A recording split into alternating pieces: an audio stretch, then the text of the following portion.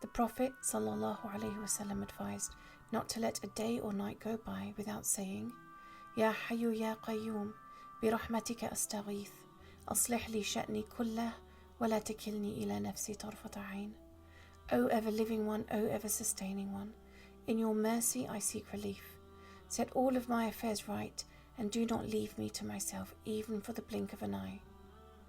From the etiquettes of making dua is that we begin by praising Allah with His most beautiful names and attributes, and the scholars mention that all of the names and attributes of Allah originate from these two names, Al-Hayyu, the ever-living, and Al-Qayyum, the ever-sustaining.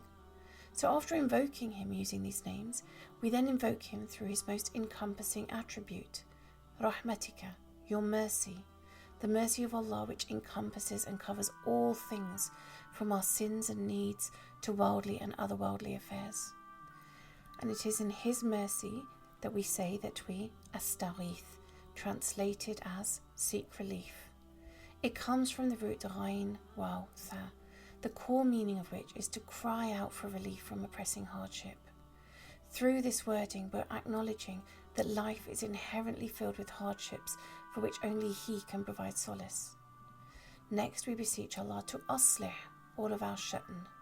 The word aslih signifies soundness and freedom from defects and reformation. In the Islamic context, we're asking Allah to reform us, make us free from sins that hinder our spiritual growth. Our sha'n encompasses all the matters, affairs and situations that branch off from our core lives, be they matters related to this world or the hereafter. And finally, we implore Allah not to takilni, meaning to entrust me to myself, coming from the root waw kaf lam, that signifies relying on someone else for something.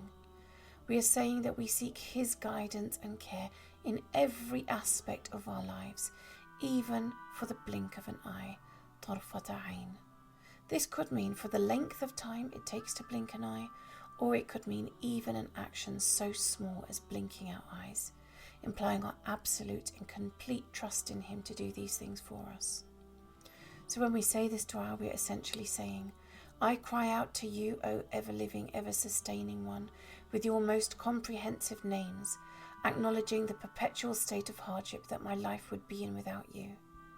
I ask you, by your most comprehensive attribute of mercy, to provide me relief from these hardships and to reform my life to make it free from the sins that stand in the way of drawing closer to you. I implore you to take control and direct every affair in my life, no matter how small, in every millisecond that I am alive, and I trust in you and rely upon you to do so.